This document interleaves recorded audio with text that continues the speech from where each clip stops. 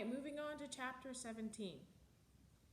So first, in chapter 14, we talked about plain chant and the monophonic line. And as we move through the centuries, we move towards polyphony, where we added another line against that line.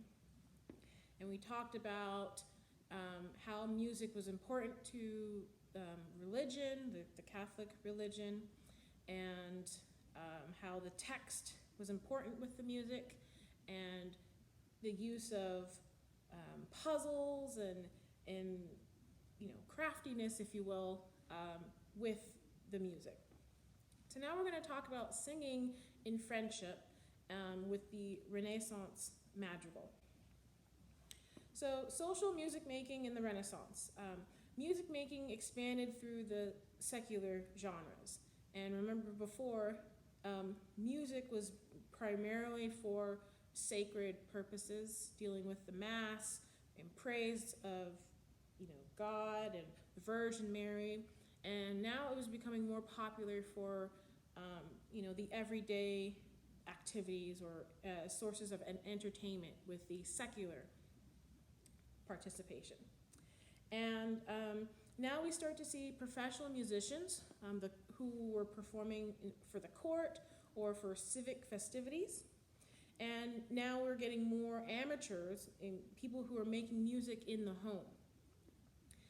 There was a rise in the vocal and instrumental music. And in those prosperous homes, you would most likely find a lute or a keyboard instrument. Okay.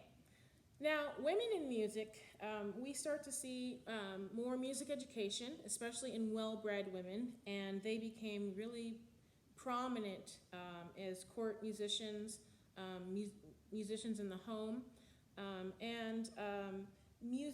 women achieved fame as professional singers later in the 16th century. Now remember, this is secular music, not sacred music. In the sacred music, for the higher voice parts, boys were used for those parts because women weren't allowed to sing during sacred performances. Now here we have a stylized 16th century painting of 4 singers performing music from part books. And I don't know if you can tell, but the couple that's in the back, they're beating time as they're singing. And this is, their fun social gathering. You friends get together and you sing songs. This is that kind of entertainment. Now we have the union of poetry and music. So in France, we have the French chanson, and in Italy we have the madrigal, and the poetry shaped the musical forms. So however the poem laid itself out, written, in the writing, that form also changed the way the music progressed. Now with the madrigal, we're linking music and poetry. And the madrigal was the most important secular genre of the era. The secular vocal composition of 3 to 8 voices, and each of these voice parts had their own individual piece of music. So no one was repeating or singing in unison with another singer. And this is an aristocratic form of poetry and music. This flourished in the Italian courts, and it was a favored diversion of cultivated amateurs. So this was the happening thing to do during this time period. Now, like I said before, the music was sung from part books, and this is considered chamber music. So there was no need for a conductor because it was a small group, and the text was usually short poems, and they were lyric or reflective in character. So sometimes there would be emotional words for weeping or sighing, trembling, dying. So it was set suggestively. The topics for this repertoire were of love, unrequited love, humor and satire, politics, and scenes of city and country life. We also have word painting. Now we talked about word painting before, where whatever word or emphasis that was being sung, the music would kind of enhance that. In this sense, we call them madrigalisms, where the music directly reflects meanings of the words. So you might have a harsh dissonance where the sounds clash or collide when the word death is sung. Or we might have an ascending line in the melody when they're talking about heaven or stars. So that's word painting. So like another example, if someone's singing about the sea, the open seas, and the way the melodic line flows, or the contour of it could be kind of like a wave. Kind of like some of the Gregorian chants that we listened to earlier. Now, this music is also an expressive device, and it also enhanced emotional content. So the early madrigal, which was from 1525 to 1550, this was pleasure to the amateur performers. But it started to grow in complexity, and it expanded to 5 or 6 voices. And in the later madrigal, which was from 1580 to 1620, this starts to extend into the Baroque era. We have Claudio Monteverdi, who is an influential Renaissance to Baroque transitional composer. Now, Monteverdi and vocal rhetoric. Claudio Monteverdi was born in 1567, died in 1643. He was born in Cremona, Italy, and he was a court position to the Duke of Mantua. And he also was a choir master at St. Mark's in Venice for 30 years. He wrote madrigals throughout his lifetime, and it was summarized, or not summarized, but it filled up 9 books. And he transformed the genre to emotionally charged soloistic style. So we go from an ensemble type genre to more, really getting the soloistic, getting the emotions out in the performance. And he highlighted text throughout the music through unprepared dissonances and speech-like melodies. So unprepared dissonances, that means that there isn't any lead up or warning of that so it was very surprising in a way. He also had a rich chromatic harmony. So earlier when we talked about scales, we talked about the major scale, the minor scale. The chromatic scale is when we're moving in between half steps. So if we're, and the half step is the smallest interval that we have in Western music. Now, if we were to play a chromatic scale,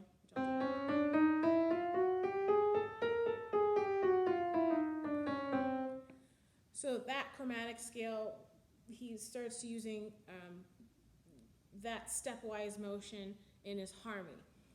And he also had a dramatic declamation, vocal virtuosity, and a vivid depiction of emotional words, which is showing us a new emotional intensity. So basically, the use of chromaticism really added more color to the music. It also brought more emotion and more meaning with the text as well. So his output, Monteverdi had 9 books of madrigals. He had sacred music, operas, and other dramatic music. So our next example here, Si Io vorrei morire, Truly I Want to Die, is from Monteverdi's 4th book of madrigals. And here we have a photo of Monteverdi. And the music serves as an expressive power of text. The words conveyed are clearly and passionately, and there's a reference to death and a conceit for a sexual climax. So there are references to kissing and bodily interaction, so there's a little raunchiness there. And so for Listening Guide 5, Monteverdi's Siccio vorrei morire, Truly I Want to Die, which was published in 1603, we have a 5-voice a cappella Italian madrigal. So remember, a cappella is just the voices only, no instruments, no other sounds other than the voices. And this is through composed, so meaning that we're not having any refrains or choruses. It's just one thought kind of continuing without really any repetition of sections. But we do return to the opening phrase, modal, which with effective dissonances. Remember, the modes at this time are kind of the precursors of the major and minor scales that we have today, and they kind of set a mood. And so with effective dissonances, it adds a little bit of color here and there to accentuate what the singer is singing. It also alternates between homophony and polyphony. And remember, homophony, we have the one voice singing at the time, and then polyphony, we have different lines singing at different parts. So monophony, we have one singer, one line. Homophony, we have more voices singing together at the same time, but the pitches would be different. And then polyphony, we have different voices, different parts singing at the same time. And here's another breakdown of Listening Guide 5, and we see that the melody line is stepwise, and the ideas are passed from voice to voice. The rhythm and meter is flexible, following the structure of the poem. So remember, whatever poem the composers were using outlined the format or the form of the music. Let's see, what else? The way the voices were separated, we have 5 voice parts, S, A, A, T, B, so that means soprano, alto, alto, tenor, bass. And for the expression, each phrase and some individual words are illustrated through musical detail, and some words are repeated for rhetorical effect.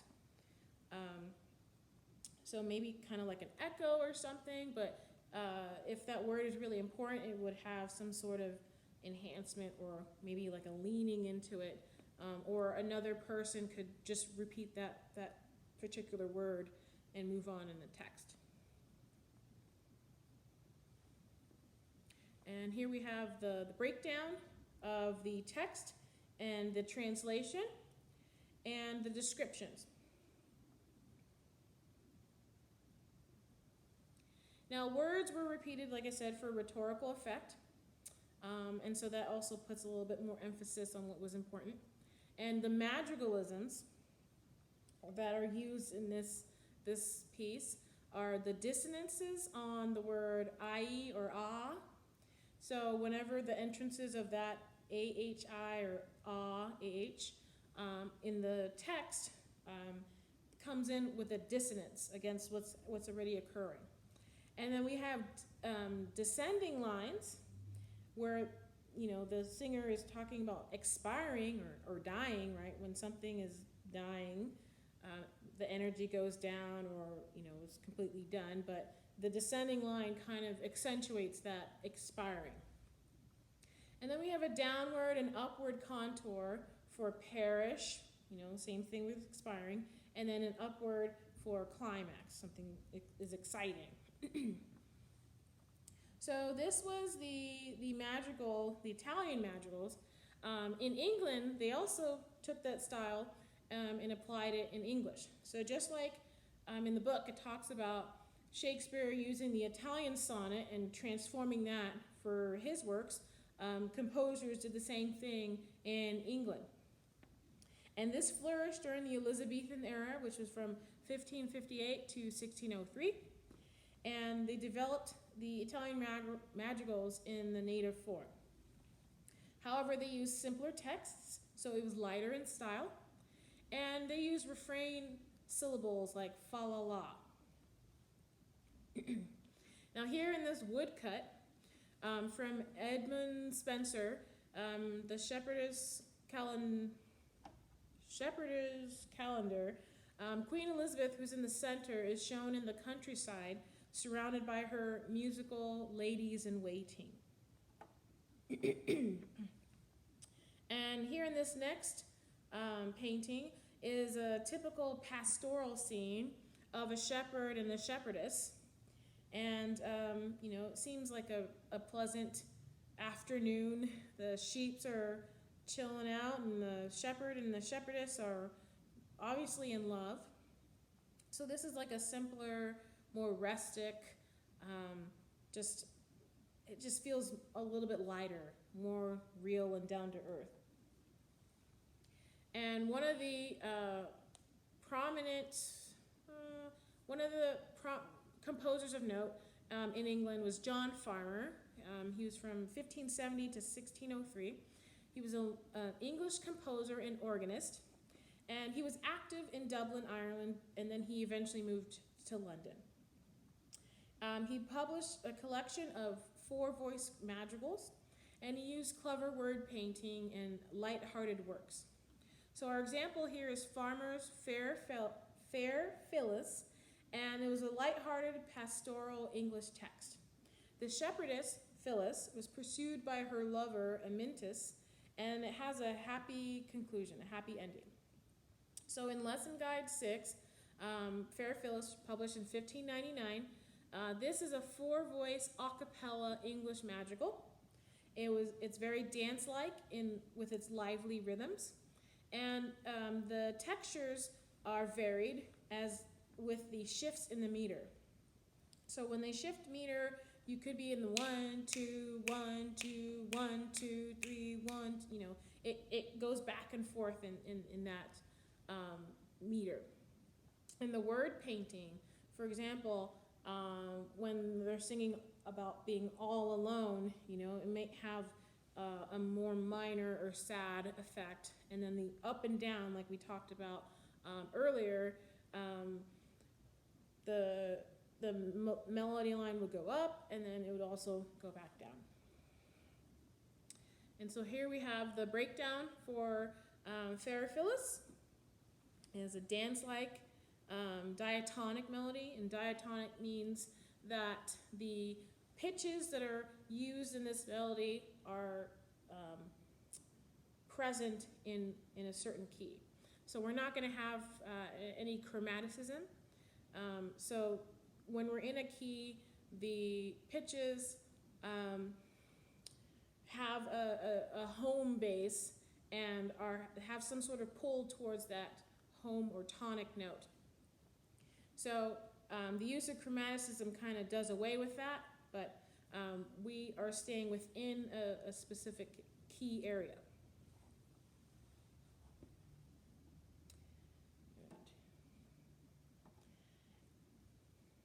And that's it for chapter 17. Moving on to chapter 18. This one's titled Remember Me, Personalizing the Motet in the Renaissance. So the Renaissance sacred music. During this time, humanism, which is inspired by ancient Greece and Rome, this is a reliance on reason and scientific inquiry and the human issues, the individual. So the order of the world using rationalism, and so this expanded into sung worship. It reconciled the needs of the individual, and so we have multi-voiced hymns, motets, and polyphonic settings of the Mass. So this gives the individual, as music becomes a little bit more complex, they're able to feel like their individual part in this complexity has more emphasis or more weight. We start to see professional male singers trained from childhood in cathedral choir schools. So the level of musicianship is greater. And in the early Renaissance, works were based on the cantus firmus. So this was a pre-existing melody, and you can consider that like the bottom melody line. And then we start to see music above that in the polyphony, but that cantus firmus is from an older previous song. Now the golden age, this is the golden age of the a cappella style, and the polyphony is based on imitation. And sometimes it was subtle, but it also had varied effects. And it combines individual action with collaborative worship. So the individual parts together as a whole collaborated for the worship. The harmony used fuller chords, meaning in the earlier music, we may have had chords of just, actually two different notes, using a perfect fifth. So you have your bottom note, and then you have a note that's a fifth on top, or even just an octave. But with these fuller chords, we're getting the third inside.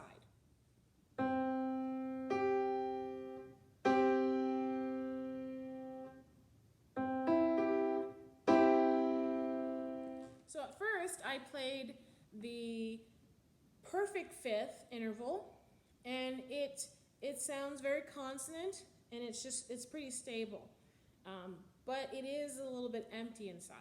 And then next I played a chord with a third in the middle, and it does feel fuller. With this type of music, in this golden age, the use of adding the third or the sixth gave it a sweeter kind of sound. And the use of dissonance was also carefully controlled. So maybe for specific purposes, but it's not rampant. Everything sounds more pleasing and consonant. Now the cantus firmus, which was that pre-existing melody, is an elaborate ornamentation in the other voices. So with the cantus firmus, you have that pre-existing melody, and then you have, the next line and the next line, and each of these lines would be a little bit more elaborate than what the original cantus firmus was. And there's a greater interest in duple meter. So before, in the medieval music, there was an emphasis of three or triple time, 3/4 time. And remember what I talked about earlier, how the use of three was akin or likened to the Holy Trinity. So threes were very prominent. But now, with the Renaissance period, they're more interested in the duple, the two beat meter. Next, we have a painting from Leonardo da Vinci. He was from 1452 to 1519, and his remarkable Last Supper is the most reproduced religious painting of all time.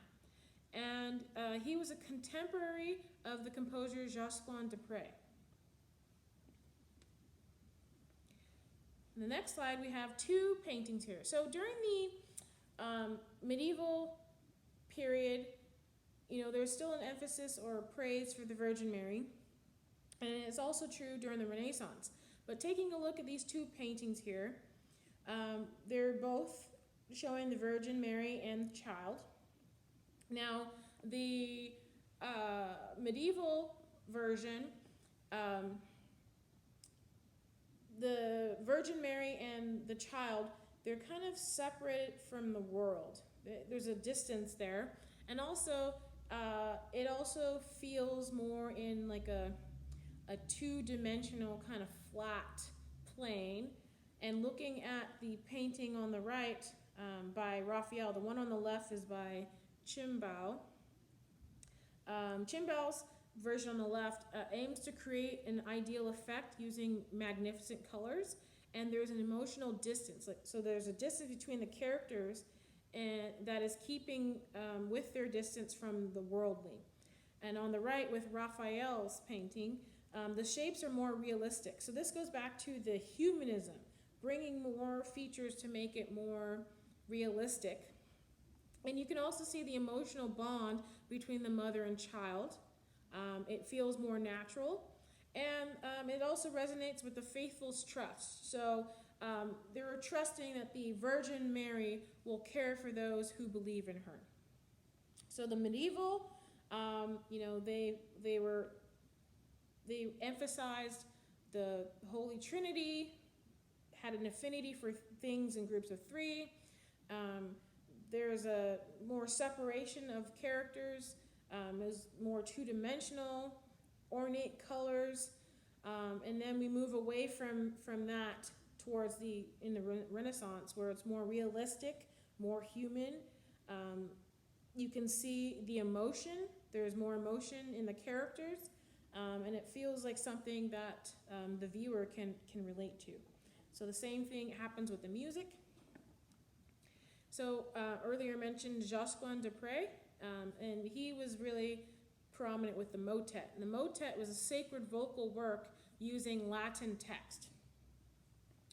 Now, this was used in Mass and other religious services, and it combined the newly written text with prescribed prayers.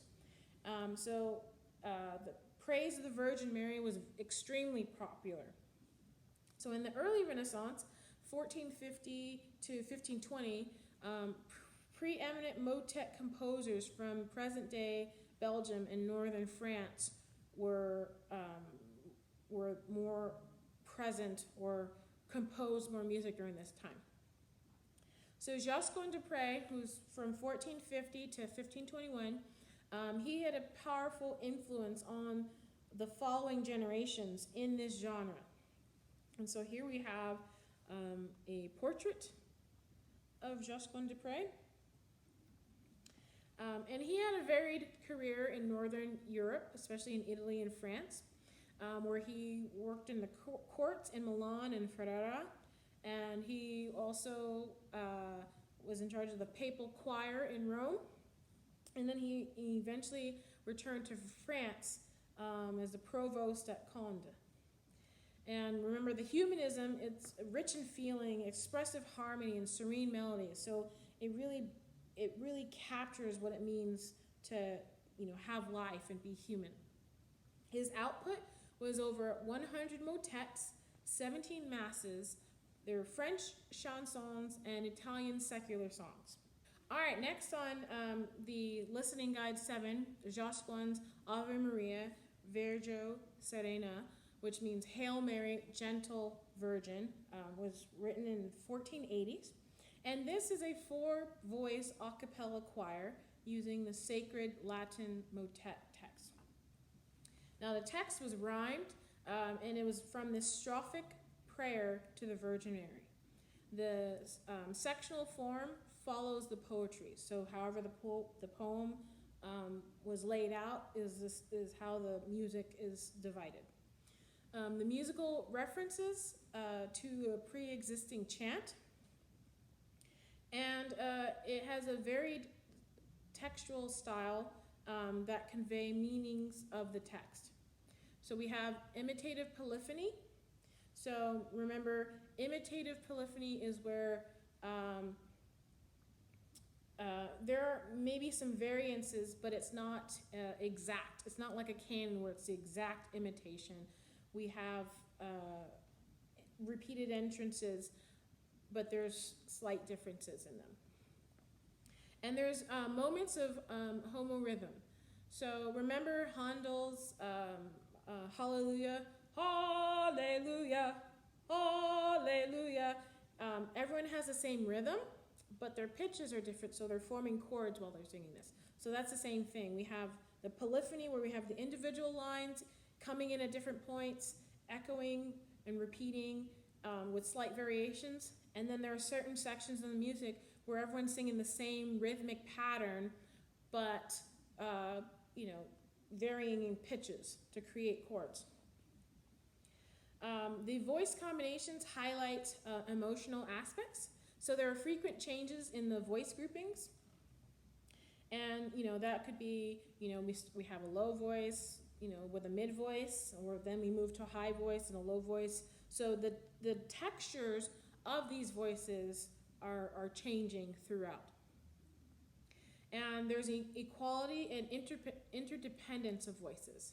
So each voice, each person singing has their own independent voice, and it's not, the voices are not reliant on each other. And the full ensemble ends the phrases. So as the parts are interweaving and moving in and out, different ranges, ends the phrases, everyone comes together as a full ensemble. And the final line reflects humanism. Oh, Mother of God, remember me. So it's, taking the prayer, the thoughts, and, kind of applying it to the person singing or the person praying or praising and tying it into that person. And here we have, again, the breakdown of the listening guide. It shows the text and the translation and the description of what's happening. And that's it for chapter 18.